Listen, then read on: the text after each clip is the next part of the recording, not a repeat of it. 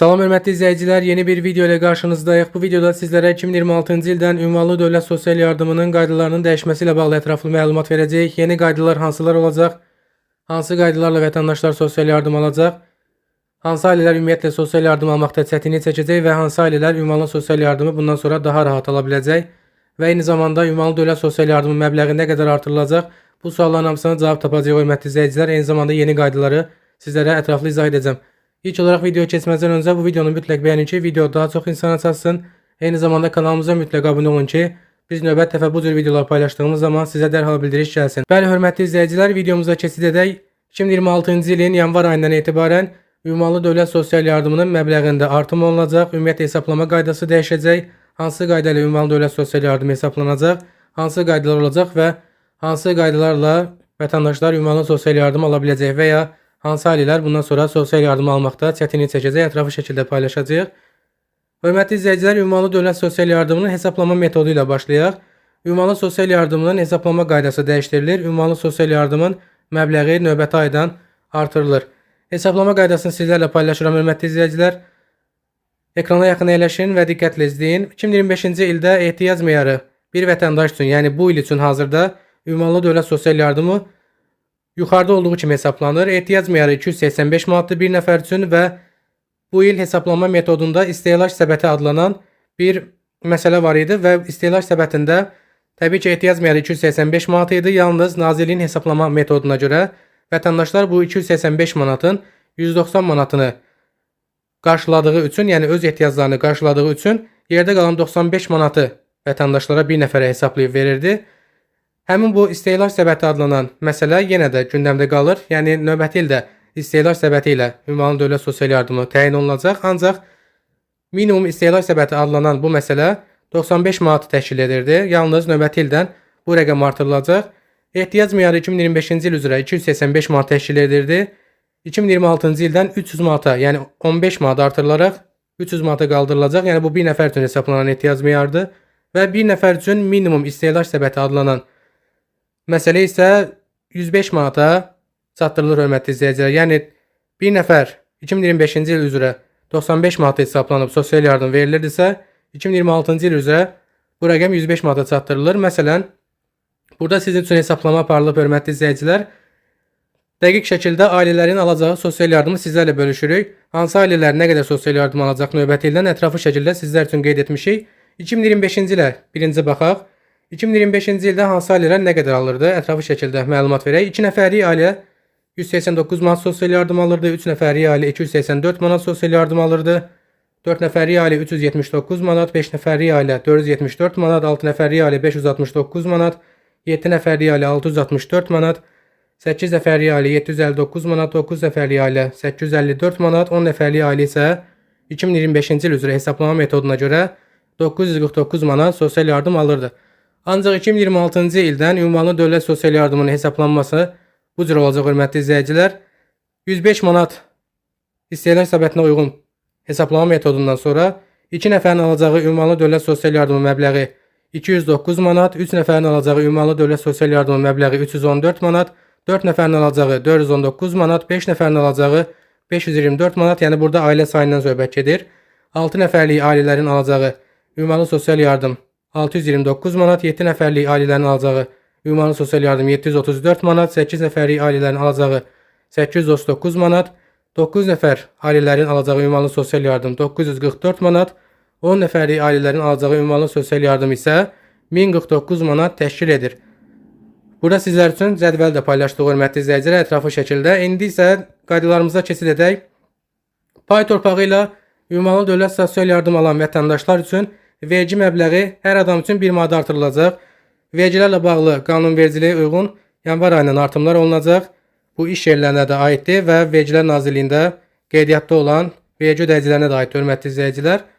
Pay torpağına görə vergi ödəyirdiniz və sosial yardım alırdınız. Bu məbləğ 2025-ci il üzrə 8 manat təşkil edirdi. 2026-cı ildən isə 9 manat təşkil edəcək, yəni 1 manat artım olacaq. Bu adam başına ödənilən vergidir hörmətli izləyicilər. Yəni pay torpağına vəyin açan vətəndaşlarımız pay torpağının sənədində işsiz hər bir şəxs üçün 8 manat məbləğində vergi ödəyərək, məsələn 3 nəfər işsizdirsə pay torpağında adı gedirsə payçı kimi, 3 nəfər işsizdirsə 3 nəfər 8-ə vurulur və 24 manat vergi ödəyərək sabit qəbz alaraq ünvanlı dövlət sosial yardıma müraciət göndərə bilirdi. Ancaq bundan sonra 9 manat vergi ödənişi edəcəklər. Yəni adam başına 1 manat vergi ödənişi artmış olur.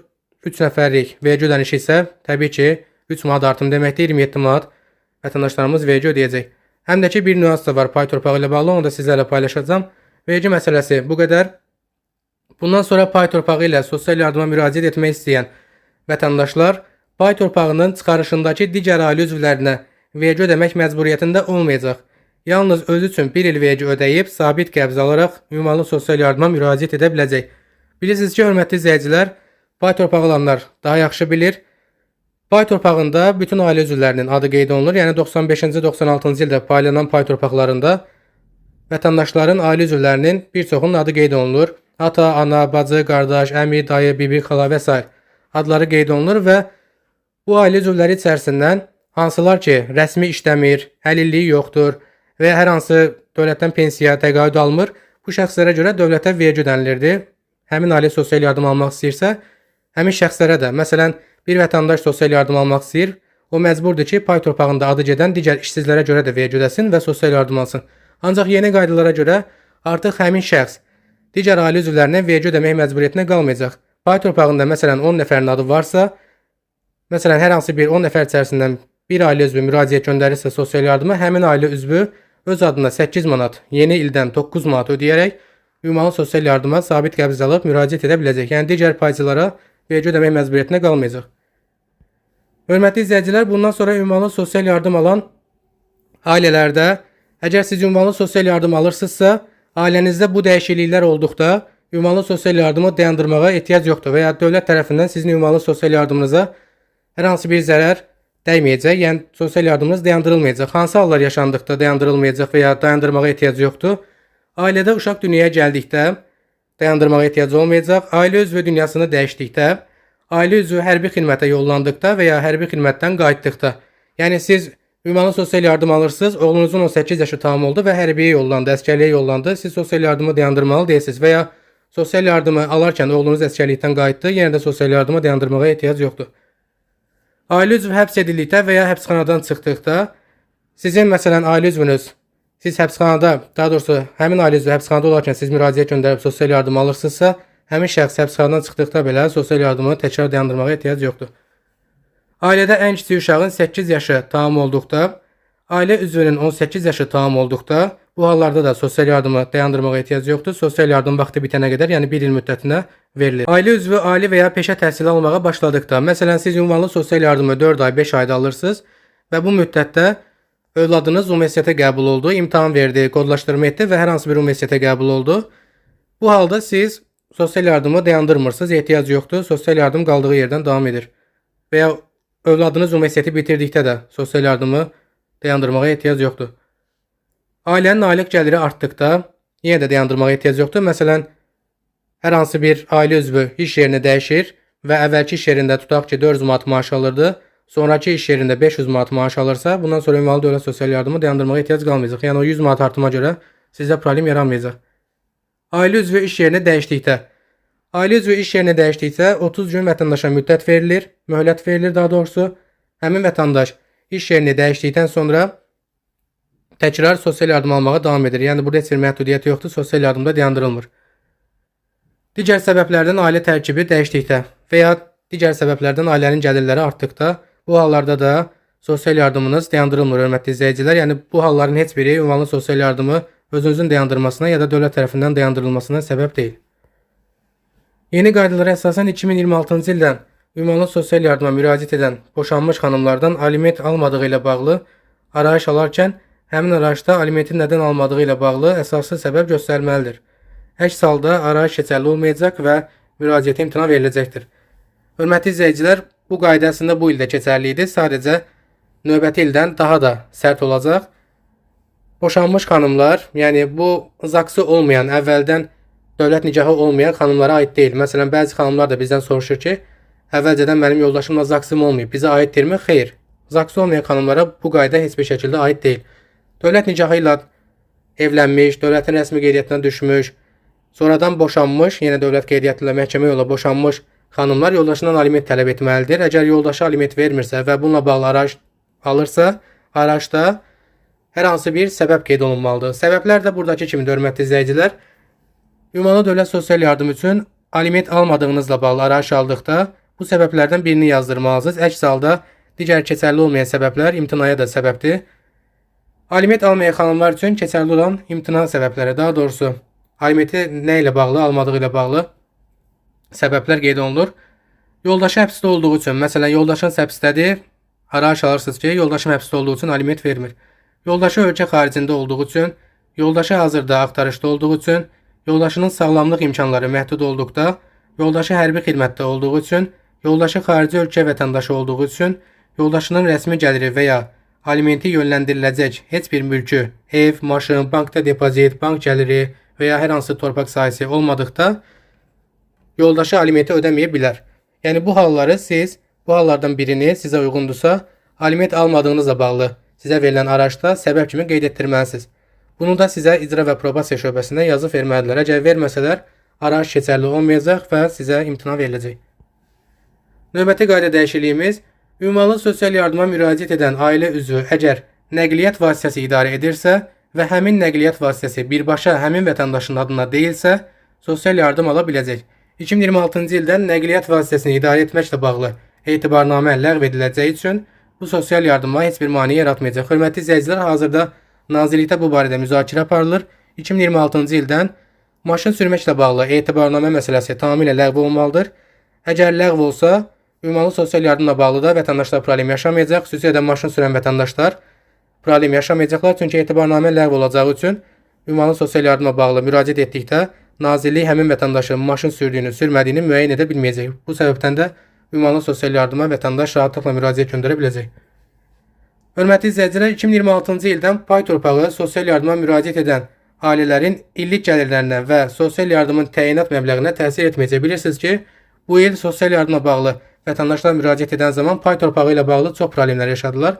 Eyni zamanda pay torpağının illik gəlirləri vətəndaş pay torpağına vöyün açıb sumkodalı vergi ödədiyi halda illik gəlirlər vətəndaş üçün problemə çevrilir və sosial yardım məbləğindən çıxılır. Və növbəti ildən bu problem aradan qaldırılacaq və vətəndaş pay torpağına vöyün açıb sumkodalı vergi ödədikdə illik gəlir vətəndaşın sosial yardımına təsir etməyəcək. Məsələn, sosial yardım vətəndaşa 500 manat düşürsə elə 500 manata düşəcək.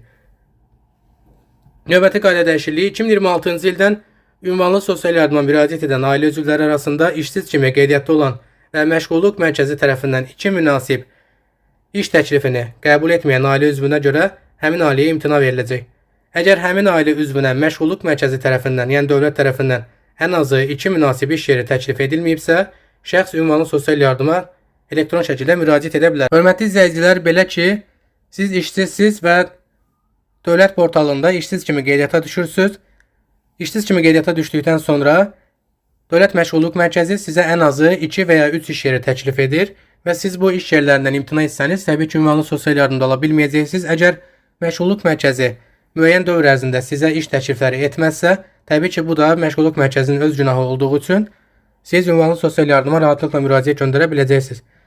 Çünki vətəndaşın özündən asılı olan səbəblərdən aylıq gəliri, orta aylıq gəliri daha doğrusu sıfıra bərabərdirsə, onda vətəndaş sosial yardıma müraciət göndərə bilmir.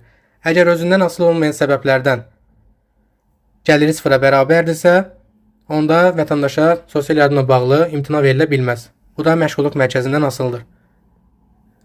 Digər bir qayda dəyişikliyi isə hörmətli izləyicilər, 2026-cı ildən ünvanlı sosial yardıma müraciətlə bağlı vətəndaşlara tətbiq olunan kommunal xərc limiti artırılacaq.